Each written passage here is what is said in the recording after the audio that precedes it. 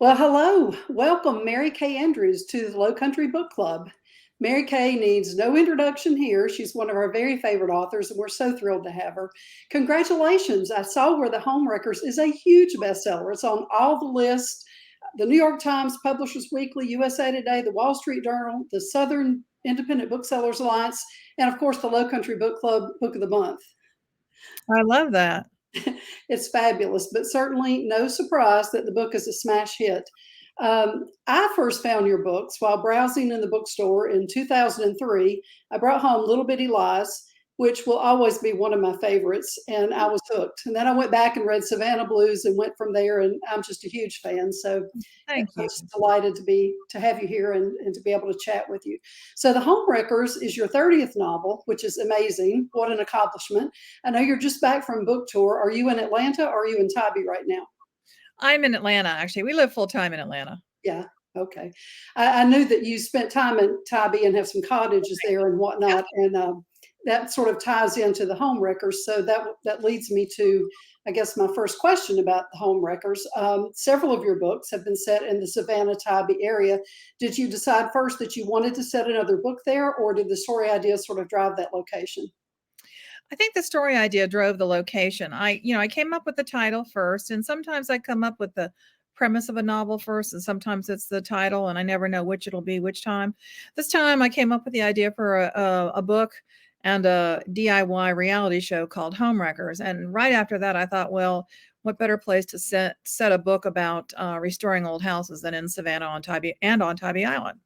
Right, exactly. It's perfect. And especially given that you have the cottages there and whatnot. I mean, it's almost, it feels like it could be somewhat autobiographical. And in fact, I kept seeing you like I guess a 32-year-old you as Hattie, the main character. It's like I just saw this very energetic, plucky young Mary Kay who was not that you're not still young. You're very Well, young. I'm Hattie's, less than half my age. So, I mean, she's not math. Math is not my good thing, but yeah, no, I am not anywhere close. I'm twice Hattie's age at the very least. So, but I like to think I'm plucky, and I like to think that I'm passionate about what I do. And I do love restoring old homes. So that part is true. Hattie's had a much more interesting life than I am, thank God. So the house that Hattie and Cass and Trey fix up in the Homewreckers, did you drive by a house on Tybee and think this is the one I want to write about, or is the house kind of made up? I made up the house actually. I put it on the back river because I wanted it to be believable that it would be a house on the water. An oceanfront house would never sell for the cheap price that Hattie got hers for. So it's on the back river, and I looked at other houses on the back river on Tybee Island, and then I just kind of came up with an idea of what this house had been through and what it would need, what kind of fixing it would need. Right. Well, all of that was just amazing. It was like watching one of these shows on HGTV. But so many of your books have mysteries sort of tucked into them, and you have this whole series of mysteries that you wrote earlier in your career that I did not even know about until relatively recently. But your books are solidly now in the contemporary women's fiction shelf. How did all this evolve?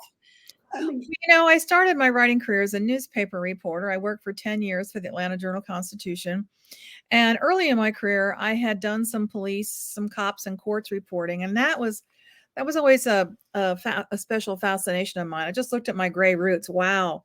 That's I bet a lot of people on Lowcountry Book Club don't look at their roots on camera and think about, wow, that needs to be done something about. Um, I'd always I'd cover cops and courts earlier in my career, always been fascinated with crime. And so when the last year or so I spent at the newspaper in Atlanta, I was writing a mystery in secret. And that my first book came out in 92. It was called Every Crooked Nanny. I wrote 10 mysteries under my real name, which is Kathy Hogan Trocheck.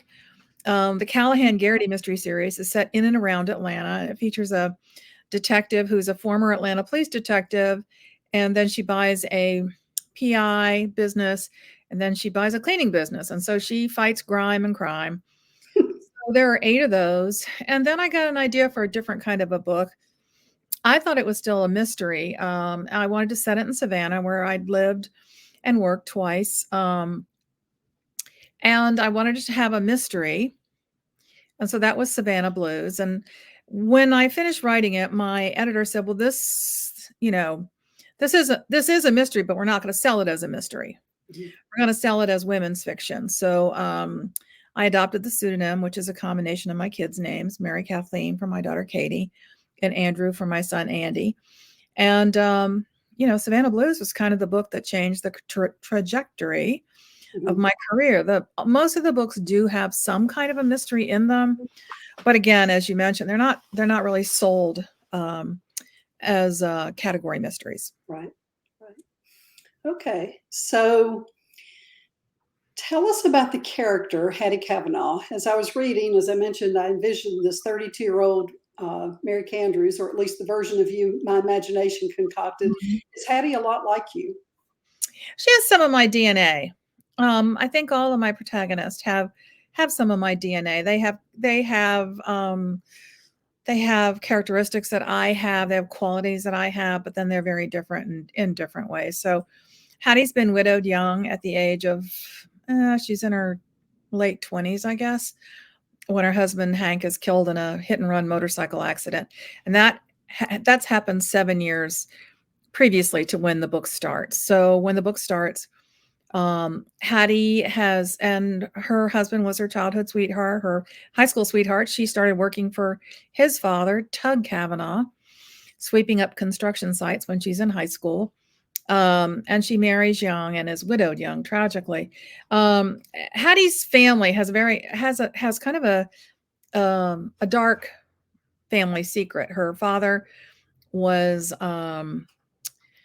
convicted of embezzling from a local nonprofit for children, and he's gone to prison. And when he goes to prison, there's a huge scandal in Savannah, of course, when someone prominent in society goes to prison for embezzling from sick kids. So her mother is disgraced and scandalized and immediately divorces her father, changes her name to her maiden name, and moves to Florida. And Hattie's in high school at this point, and she decides that she's not going anywhere. She's going to stay in Savannah. And so she moves in with her best friend, Cass. Her best friend, Cass's mom, tells her that you can stay with us. And the idea is she'll finish out high school, finish out that year. And then of course, what happens is she ends up staying and finishing out high school. So that part is not anything like my past, thank goodness. But Hattie needs to have a past that's troubled.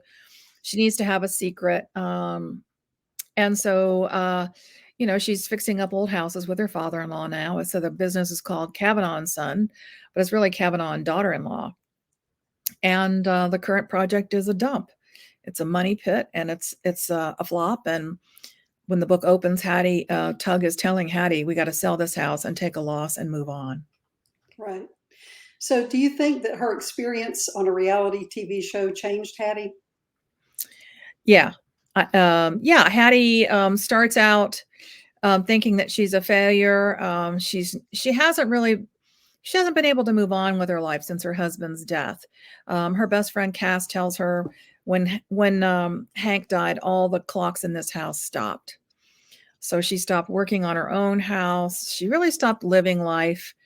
She's dated a little bit, but there's been no more love in her life, no more passion in her life other than her work. So I think, the reality show allows her maybe to understand how strong she is and the strength of her abilities.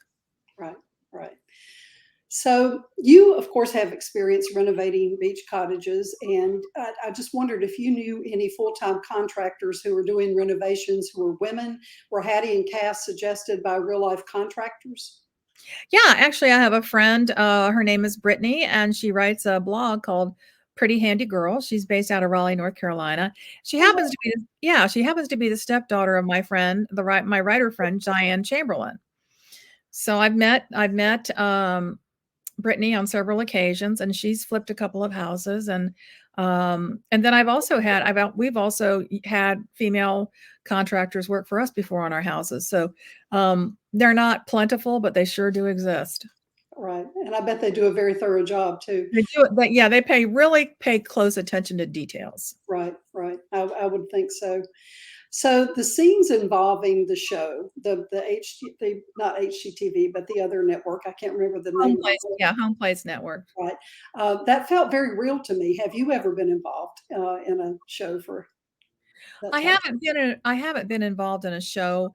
I've, seen DIY shows filmed before. For Mhm. instance, when I wrote, um, Deep Dished, that was about a television chef, and for that, book, for research, I watched, Paula Deen taping her shows, and then, I wrote another book, called, Beach Town, which involved a movie location scout. So I've been on locations when there's filming done.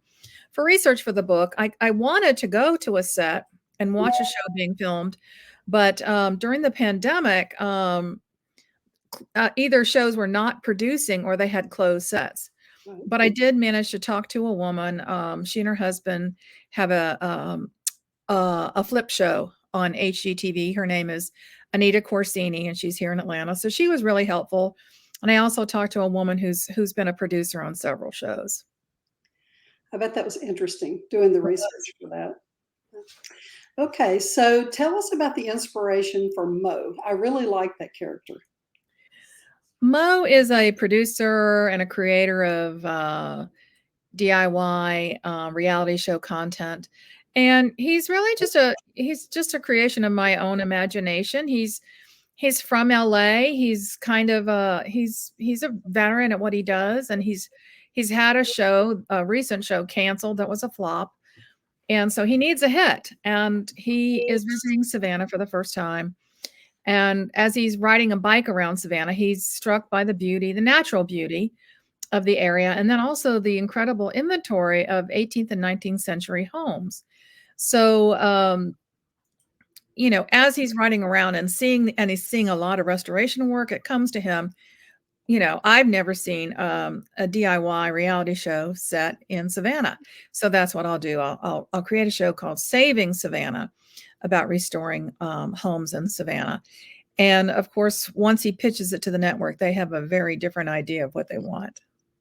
I love the way he and Hattie meet. That was cute. That was funny. The way that they meet in her house that's under construction or whatever. That was a lot of fun. Yeah, I love to write meet cutes. That's my favorite part of writing these books. So, yeah, Mo basically follows Hattie to the site of her latest project, and he's been eavesdropping on her conversation with Tug at a coffee shop, and he hears her talking about this disaster of a house on Tatnall Street, and she goes rushing out when she gets a phone call that yet another disaster has struck. The scrap bandits have stolen the air conditioning compressors, which is a $50,000 or $60,000 hit. So she goes running out, and Mo decides to follow her over to the house. And when he gets there, he sees scaffolding and piles of construction equipment, and obviously this is the house. And so there's a no trespassing sign on the porch, but he ignores that, and he goes in, and of course he walks through the house and walks to the back of the house, and he falls through the rotted kitchen floor. And it just happens that Hattie has crawled under the house to inspect the pipes that the plumber has just told her are completely shot. So he literally falls on top of her. It was a lot of fun. So there was a point early on after Hattie decided she has to sell that first house that she's working on, when Mo wrote down the number for the realtor, if I'm remembering correctly. And Hattie loved that house so much, I wondered if the story developed, if he would secretly buy it and surprise her later. What was he thinking when he wrote down that number? Do you remember? I have no idea. I was just I curious. think his idea was he would find out, how to talk to her. But Right. no, for the purposes of his show, he quickly realizes that house is probably too big a disaster, because when you do one of these shows, you're on an incredibly tight timeline. And it's obvious to him, I think, that there's a lot more work in it than can Right. be done in a show. Right. So I love the character Xenobia. Am I saying that somebody else Yes, asked? yeah, right, yeah. I love that character, and it really resonated with me what she said about there being good and bad in all of us. And she didn't specifically say, or she did specifically say that the wrong Lanier did maybe didn't mean that she hadn't also done some good. And you could see how there was maybe some good even in Davis Hoffman, but these Creedmoor people, oh my goodness, those people are evil. So did you have inspiration for the Creedmoors? Now, I'm not asking for a name. As a matter of fact, I hope you wouldn't give us a name because we don't want you to be sued. We need you to be writing more books for us. Right. But I don't. just Yeah. tell us if they were based on anybody. Not anybody specifically. No, they were. It's fun to write characters who don't seem to have any redeeming qualities, and maybe the senior Creedmoors, maybe their redeeming quality is they literally will do anything to save their son. I don't want to give too much away, but yeah, no, they're pretty rotten people, and rotten people are fun to write. Oh yeah, oh yeah.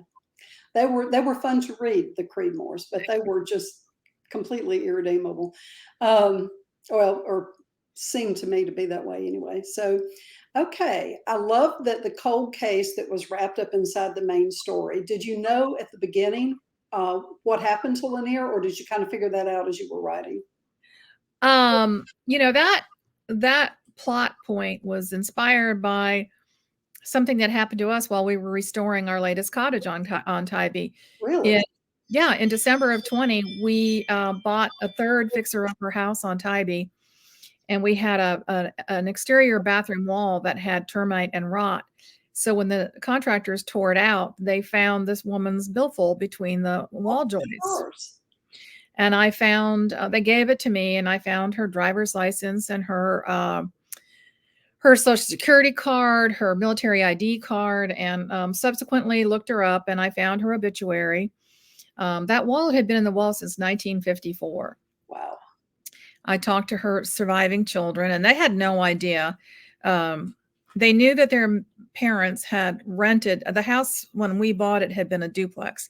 So they knew their parents had rented an apartment in a duplex in the 50s, but they had no idea. And we still don't know to this day how that wallet got in the wall. So I knew I was going to have a body in the book. I didn't know where it was or who it was or how it got there. But once we found that billfold, it started me thinking. And I knew that Hattie had gone to a private Catholic girls' school in Savannah. And it's like an existing long time prestigious Catholic girls' school in Savannah, St. Vincent's Academy. So the private school is modeled on that. And I thought, this Lanier Reagan would have been a teacher that maybe was somewhat of a mentor to Hattie. When Hattie was going through rough things, when her father was, arrested and disgraced, she was somebody who was sympathetic to Hattie, and she was the cool teacher. So that sort of, I don't know, that's just sort of created in my mind. I love an old cold case. And so that's what I came up with.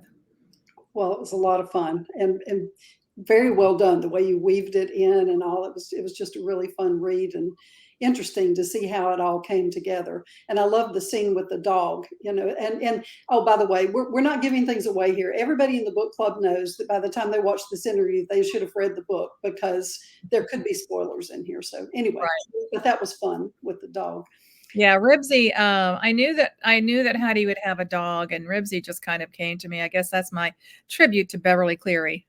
Ah, okay. So you've revisited characters before. Do you plan to write more about Hattie, Mo, and Cass? I don't plan to at this time, but honestly, I never know what's going to happen next with my books. The next book doesn't include them, so we'll just see what happens. Okay. So I know you mentioned that you were a journalist before you were a novelist, and I think many of us are aware of that. Did you always want to write fiction, or did that path evolve just kind of as you went along? I think as a small child, I thought I was always a big reader, and I thought, oh, I'll grow up and write books. And then, once you get to, I guess, junior high and high school, I had never known anybody who was a published author, but my family was a big reader of newspapers. We always had subscriptions to the papers in St. Pete, where I grew up.